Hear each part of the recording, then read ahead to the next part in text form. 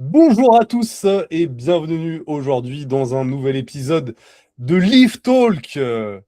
Leaf Talk que vous pouvez retrouver sur YouTube, sur Spotify, Deezer. N'oubliez pas de liker, commenter, vous abonner, lâcher une note de 5 étoiles. Et aujourd'hui, encore un épisode assez spécial parce qu'on va faire un petit after match comme ils aiment faire dans le foot, mais nous on va le faire dans le street lifting. Donc là, ce week-end a eu lieu les championnats de France élite. Donc pour rappel, c'était vraiment tous les plus gros athlètes français par catégorie hommes-femmes. Il y a eu 700 personnes sur place sur tout le week-end, samedi, dimanche.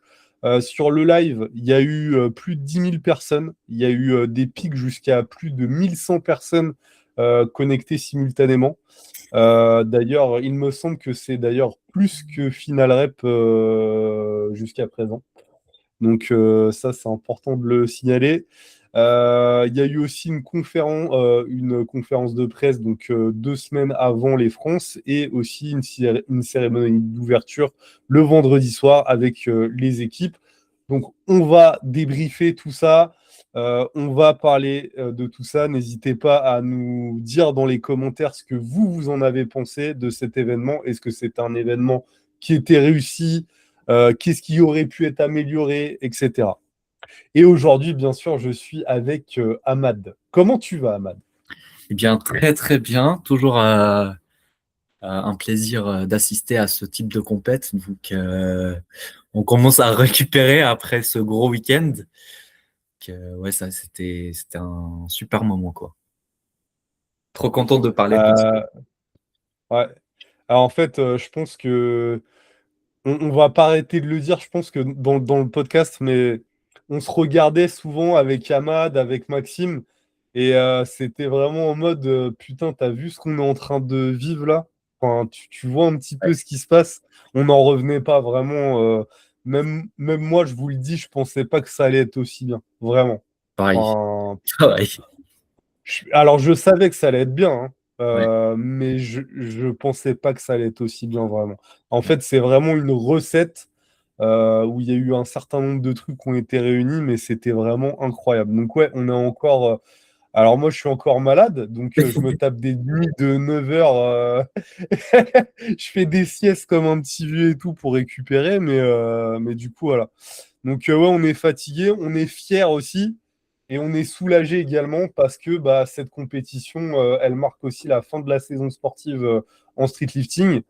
Cet été, il y aura donc une compète le 12 et 13 juillet, si je ne me trompe pas, à RBC Workout à Rennes, organisée par Seraf, le gros RAFC de la Spartan.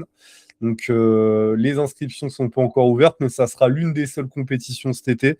Je pense pas qu'il y en ait une autre. Voilà. Euh, et moi, je vais te reposer la question, Ahmad. Est-ce que tu réalises, donc on est jeudi là, quand on tourne le podcast, est-ce que tu réalises vraiment ce qu'on vient de vivre là ce week-end? Waouh. Question difficile. Honnêtement, j'ai encore les images en tête. Surtout, je pense qu'on va en parler, mais je peux pas ne pas en parler de suite. C'est lors du match des moins 94, c'était une dinguerie. Après le week-end, il s'est très bien passé. Tous les matchs étaient vraiment incroyables. Et je trouve que tout le monde était hypé sur tous les matchs. Mais vu que vers la fin, il y avait les moins 94, bah, il y avait des gens qui sont venus de toute la France, en fait. Ça, c'est incroyable et ça fait plaisir, quoi. Donc, réaliser, c'était incroyable, quoi. Ouais, moi, juste, je voulais faire un petit historique aussi de où on était il y a quelques années dans le streetlifting français. Je rappelle que la première édition de la FNSL, elle s'est faite en extérieur, enfin sous un Porsche plus précisément, dans le 77, pour ceux qui se rappellent. Après, on a été au Honor de la Courneuve, donc dans une salle de sport commerciale où il n'y avait pas forcément de place. Et après aussi, en 2024, on a été dans un gymnase, je sais plus où c'était, j'ai plus la ville, Mais là, c'était un petit peu différent. Et l'année dernière, en 2025, on était à Asgard, à Lorient, en Bretagne. Et là, donc, cette année, à Sevran, au gymnase Maurice Baquet. Donc, voilà un petit peu pour l'évolution du lieu, en tout cas.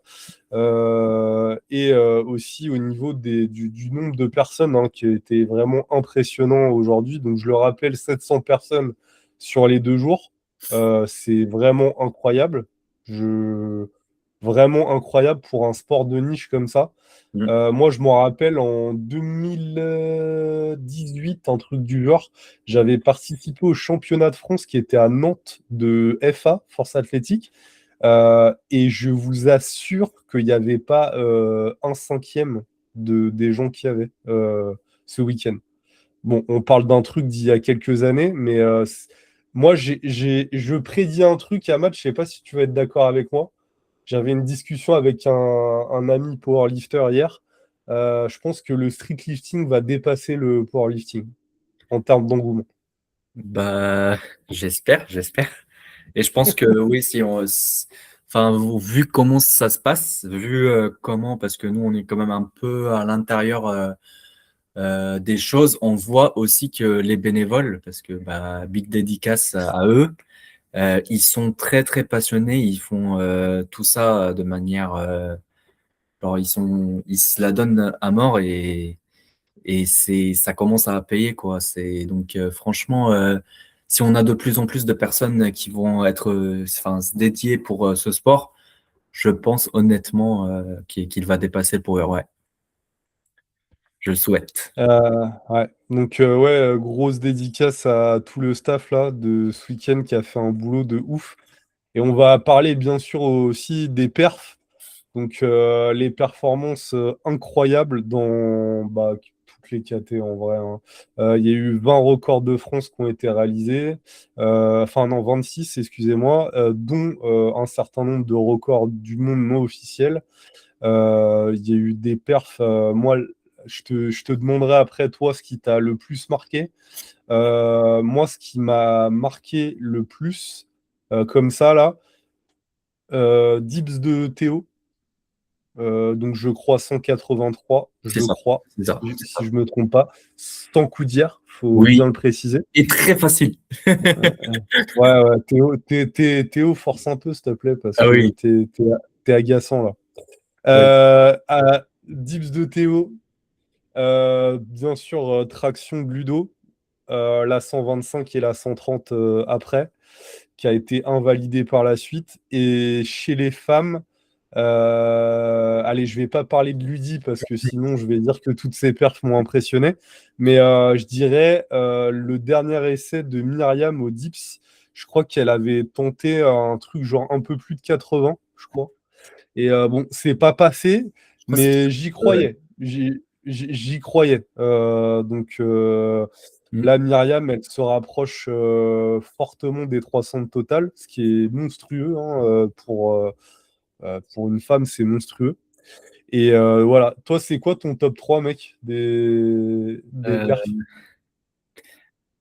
alors, j'ai peut-être pas un top 3 en fait. Alors déjà, ce qui m'a le plus impressionné, euh, je trouve que dans les gestions de match, il y avait, enfin, ce que j'ai remarqué, c'est c'était un peu stratégique, même chez Baki, chez Ludo, les choses étaient, le but c'était vraiment de valider, mais aussi en même temps faire un spectacle. Le nombre de fois où je me suis dit, je pense pas qu'il l'aura et tout. Enfin, il n'y a pas vraiment eu d'échecs, sachant que c'est du haut niveau. Et souvent, c'est là où il y a le plus d'échecs sur les troisièmes essais. Je trouve que sur le pool, bah, mis à part les no-reps, bah, ils avaient de la marge, un tout petit peu. Donc, je trouve bah, ça, c'est quelque chose qui m'a le plus marqué. Donc, une bonne stratégie de gestion de match, c'était plus cadré, plus professionnel, je trouve. Et du coup, bah, en termes de perf, ouais, forcément le type de Théo déjà. Et après, qu'est-ce que je peux dire? Bah, on peut dire les 300 kilos d'Étienne qui étaient très facile aussi. Mais il devait prendre un train, donc il n'a pas Ah pu oui. faire son troisième essai pour ceux qui se posent la question. Donc malheureusement, il s'arrête à 300 kilos RPE 7 et il continuera plus tard quand il aura plus de temps. Bah, il m'a dit hier que il prendrait sa revanche contre Kevin aux Europes. Et ben c'est l'objectif, c'est l'objectif. Voilà. Donc ouais, franchement, le niveau vraiment incroyable. Et en fait, moi, je me pose la question vraiment, mais jusqu'à où ça va aller, quoi. Enfin, tu vois, parce que il y a quelques années, 500, c'était un truc de malade. Là, tu vois que des fois, dans une KT, bah, typiquement la moins de 94, alors Ariles, il est à 7,5 de 500, mais genre, ils sont tous à 500 et plus.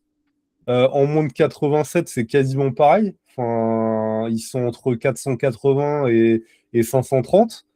On sera C'est un truc de fou, quoi. Enfin, tu te dis, mais jusqu'à où ça va aller, en fait? Je pense que là, on commence doucement à se rapprocher un petit peu peut-être de la limite physiologique, je dirais. Mais je pense qu'on a encore plusieurs années avant que ça monte, enfin que ça continue à monter, quoi. Mm. Mais c'est un truc de... Moi, je vois le niveau même en moins de... Alors bien sûr, il y a les équipements qui ont un petit peu, enfin, on va dire, accéléré les choses à ce niveau-là, mais tu vois même le moins de 66. 400 kilos et plus, c'est devenu un petit peu la norme. Ouais, Alors que 400 kilos en moins de 66, il y a quelques années, c'était quelque chose, quoi. ouais, c'est ça. Donc, c'est un truc de malade, quoi. Mm. Mm. Euh, donc là, on a parlé des perfs. Dites-nous justement en commentaire, vous, c'est quoi votre top 3 des perfs, là? Dites-le chez les hommes, chez les femmes, etc. Euh, Il y a eu aussi des duels enfin, sur cette édition. Il y a eu des gros duels. Moi, je vais en citer quelques-uns. Déjà, gros big up à Camille si tu nous écoutes. Force à toi, championne, vraiment, parce que tu es resté stoïque par rapport à ce qui s'est passé et tout. Et bah, j'espère qu'on te reverra vite sur les plateaux parce que ça n'a pas dû être évident. Et honnêtement, tu nous as poussé un petit peu dans nos retranchements avec Ludivine, même si le match n'était pas basé sur toi, Camille. Mais on savait que voilà, hein, tu étais une concurrente très très sérieuse. Donc pour moi, ça faisait partie d'un des duels pour moi qui était vraiment marquant. Il y a eu, donc ça c'était chez les femmes. Chez les hommes, je dirais que je pense qu'il y a eu pas mal de... Il y a eu un gros duel chez les moins de 80 avec Maxime et le deuxième. Merde. Bah, je sais plus. Maxime, bah, il y avait JR en deuxième. Ouais, voilà, c'est ça. Et en fait, voilà, c'était le duel de ouf. Donc ça aussi, bravo à Nico pour sa gestion de match avec Maxime, parce que je pense que ça s'est joué vraiment sur la stratégie, sur la fin. Mm. Donc bravo à vous. Donc ça a été aussi un gros duel. Et aussi, bah, bien sûr, le duel qui était aussi très intéressant, c'était le duel des moins de 87 avec Ouzou et Enzo. Vraiment, jusqu'à la fin, il y avait cette tension. Donc ça aussi, c'était incroyable. C'était un magnifique spectacle. Donc voilà, moi, pour moi, les duels que j'ai retenus, est-ce que toi, tu t'en as d'autres, Ouais. Ahmad? Il y avait aussi bah, Cyril en moins 66 avec, il me semble, c'était Théo, si je dis pas de bêtises, c'est Théo Thomas, je sais plus, le troisième. Donc, ouais, on a joué stratégiquement. Thomas, du coup. Thomas, C'était c'est ça. Thomas, du coup. Oui. Ouais. Ouais, c'était jusqu'au dernier moment. Surtout, en fait, là où c'était un peu, fallait bien choisir les choses, c'est que sur le squat, on pensait pouvoir ouvrir un peu plus haut. Et finalement, bon, il y a la fatigue de la compète, etc. Donc, on a dû revoir un peu nos essais. Et avec ce qu'il a validé sur la deuxième barre, Cyril, on savait qu'on avait de la marge, mais bon, fallait pas prendre beaucoup de risques, sinon bah, on perdra la deuxième place. Et du coup, on a pu quand même, on a dû changer la barre plusieurs fois pour pouvoir assurer la place, quoi. Donc, c'était vraiment jusqu'au dernier moment. Ça allait se jouer sur quelques kilos et finalement, bah, je crois on a eu 7,5 de plus parce qu'il avait loupé sa troisième barre, Thomas. Donc voilà, c'était aussi sportif, quoi. Ouais. Ouais, bah, il y a eu plein de trucs énormes. Euh, on voulait aussi, bien sûr, nous, reféliciter pour la énième fois les athlètes de la Team Lift Trainer Elite. Donc, on a eu 7 médailles en tout. Donc, 2 médailles d'or, 4 médailles d'argent et une médaille de bronze. On a eu donc chez les femmes Ludivine qui est arrivée première de sa caté en moins de 52, donc troisième fois championne de France consécutif après son titre de championne du monde l'année dernière. Et là, donc, elle essaiera de prendre le triple titre avec championne d'Europe au championnat d'Europe qui auront lieu donc à Tremblay en France. Et donc, toujours chez les femmes, en moins de 57, il y a eu donc Marion qui est arrivée deuxième, qui a fait vice-championne de France. Il y a eu Christelle en moins de 63 qui a fait troisième. D'ailleurs, on n'oublie pas aussi Feriel qui s'est bien battu en moins de 52 et aussi Juliette qui a fait une très belle compétition avec un beau PR comp en moins de 70. Chez les hommes en moins de 52, donc on avait Cyril qui est arrivé deuxième. On a eu Anchidini qui est arrivé troisième. En moins de 73, donc on avait Enzo qui est arrivé deuxième. Et on a eu aussi Stan en moins de 80. On a eu en moins de 94 Ariles, du coup. Donc profite bien Ariles de tes vacances en Corée avec ta femme, mec. Et en moins de 100, on a eu Étienne qui a fait vice-champion de France avec son magnifique squat à 300. Donc voilà, on a fait le tour un petit peu de l'équipe et de ce qu'ils ont fait. Donc il y a eu 6 records de France avec 5 records du monde non officiels. Donc on est la deuxième team à avoir fait le plus de records sur ces championnats de France. Donc ça, toujours, bah, ça fait plaisir de le dire, hein. Donc voilà. Donc là, on était 3 coachs, on était toute la team de coachs avec Ahmad, Maxime. On avait aussi bah, forcément Jabir qui était sur place. Il y avait Inori aussi, notre prépa mental, qui était sur place. Et bah, il y avait aussi un certain nombre d'athlètes lift trainers qui étaient venus donner de la force. Donc merci aux 2 Mathis qui étaient là. Il y a Mathieu qui a été là, Quentin a été là, Loïs a été là. Enfin, j'en oublie, hein, il y en avait Les gars de d'autres, hein. Troyes aussi qui sont venus de Troyes. Bah, Flo, Amine aussi. Amine, big up à toi, mec. Et, et du coup, voilà, il y avait vraiment tout. Enfin, il y avait une putain d'ambiance, quoi. Vraiment, franchement, si vous n'êtes pas venu, vous avez raté Ouais, l'événement, le plus gros événement en streetlifting au monde. Et ouais, ouais, ouais, nous, on n'a pas peur de le dire. Bon, Ahmad, il n'était pas avec moi au monde cette année, mais là, il sera aux Europes avec moi, il verra. Tu verras, mec, je suis sûr que les championnats d'Europe, alors j'espère que ça sera mieux que les France, quand même, mais ouais. ça va être dur. Franchement, ça va être dur. Donc voilà. Euh, ouais, on revient maintenant un petit peu sur les perfs qui ont été faites. Donc, il y a eu donc 27, enfin, ouais, 26 ou 27 records de France avec 10 records du monde non officiels. Il y a eu aussi la SWAT qui a fait beaucoup de... La SWAT et Amour Elite, là, qui ont fait beaucoup de records.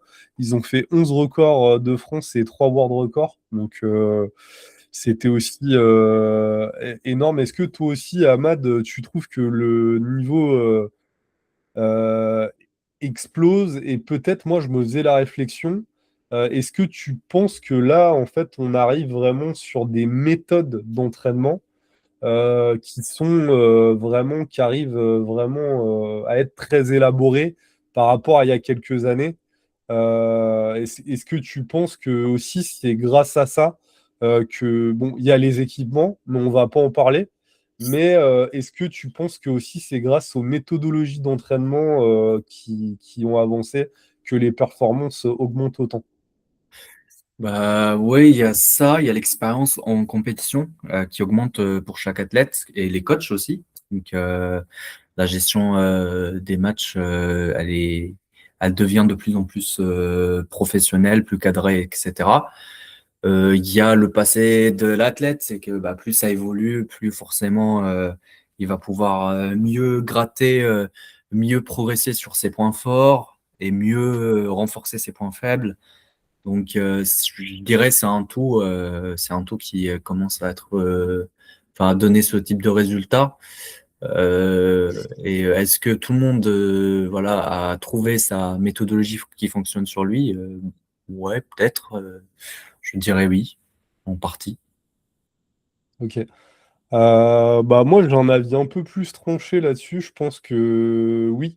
En fait, il y a une harmonisation un petit peu des méthodologies en street lifting, puisque bah, pour avoir vu l'évolution vraiment depuis 2000, fin 2019, on était sur des méthodologies qui étaient beaucoup liées à l'endurance et au street workout.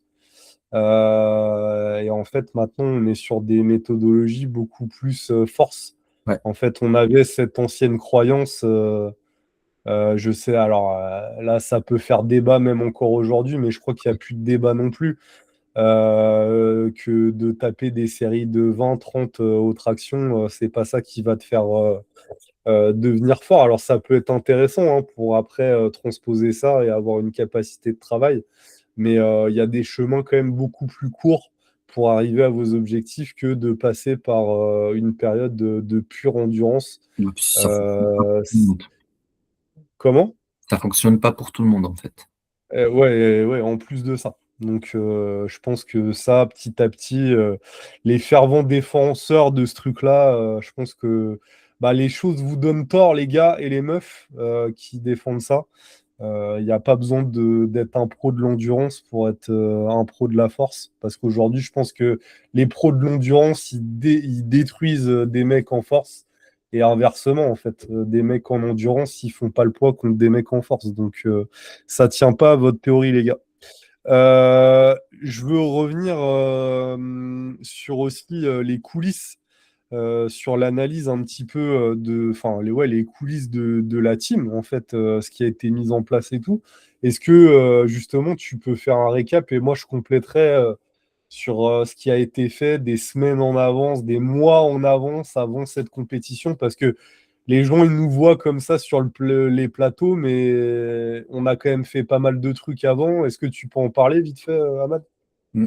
Bah déjà, tout a commencé avec des appels avec les athlètes. Donc il y a eu un groupe WhatsApp avec tous les athlètes. On a essayé de faire un maximum de réunions, de réunir tout le monde. C'était pas toujours évident de pouvoir le faire chaque semaine. Le but était de prendre des nouvelles des athlètes, comment ça se passait leur prépa, s'ils avaient besoin aussi de quelque chose, que ça soit avant la compétition, le jour de la compétition. On essayait d'organiser au mieux aussi tout ce qui concernait le logement, les habits, parce que ça aussi, c'était un magnifique travail. Donc là, aujourd'hui, je porte le pull Lift Trainer Elite qui est très beau, quoi.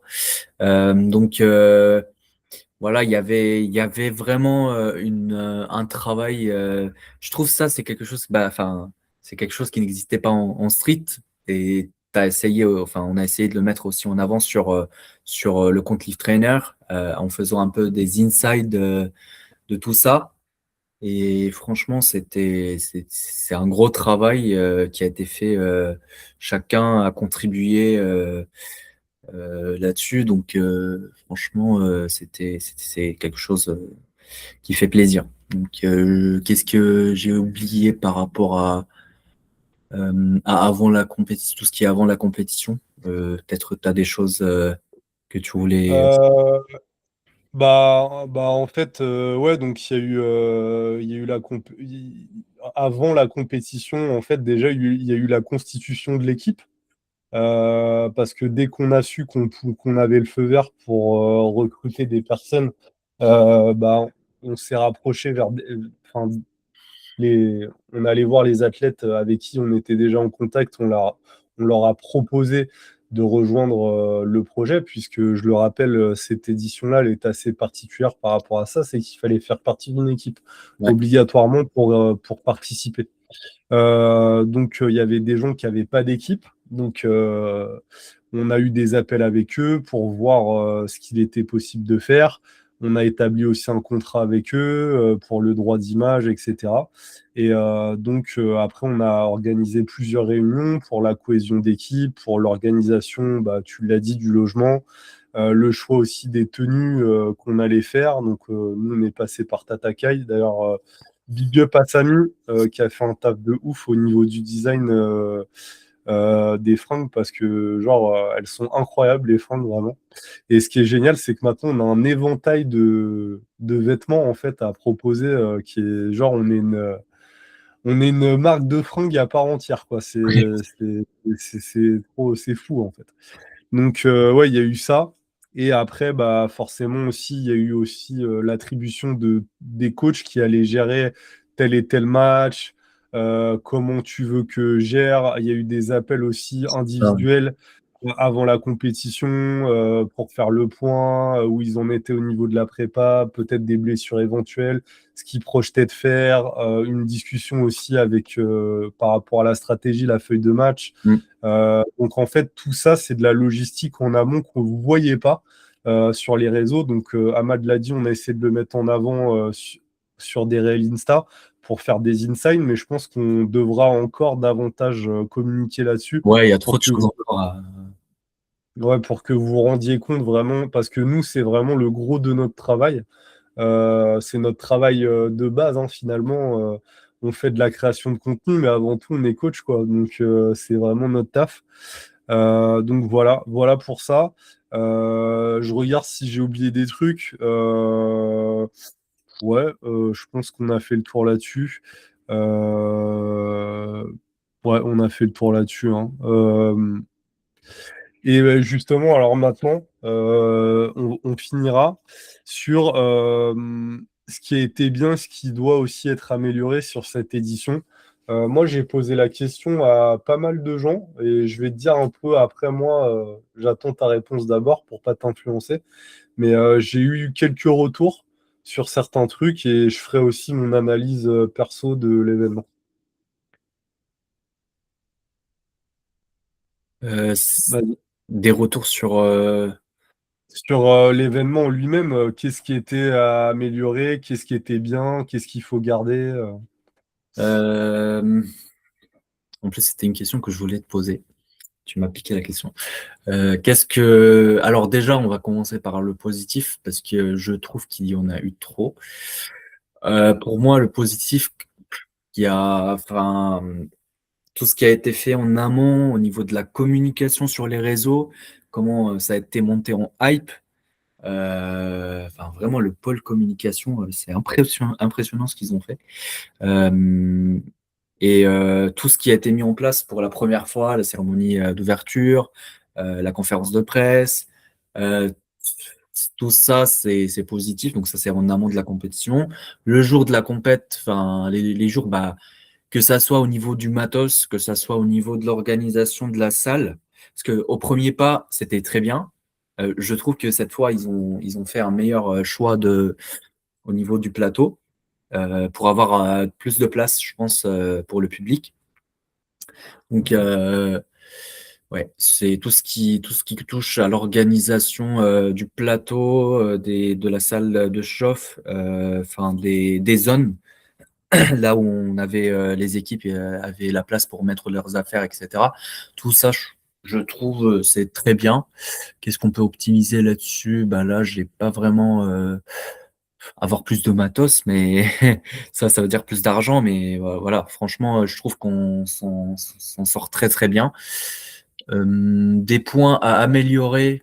euh, des points à améliorer, bah peut-être bientôt un gymnase encore plus grand pour accueillir un événement encore plus important. Ça sera génial. Euh, Comme ça, peut-être médiatiser un peu plus l'événement avec, bah, je sais pas, sur des médias, enfin la presse qui peut mettre un peu plus en lumière ce sport parce que franchement, moi, même si je sais qu'on a eu des retours de personnes qui font même pas du street lifting qui étaient choquées par l'événement, mais je pense que ça, là-dessus, on peut encore jouer et encore mettre un peu plus le sport en lumière. Un peu comme ils font sur le street workout, tu vois, dans les parcs. C'est bien, mais ce qui se fait aussi, ce qu'on fait en street lifting, c'est énorme. Mm. C'est ce Ok. qui vient à l'esprit là, comme ça, tout de suite. Bah, moi, je vais commencer par le négatif. Enfin, c'est pas du négatif, je dirais, comme un bon manager, des axes d'amélioration. Voilà.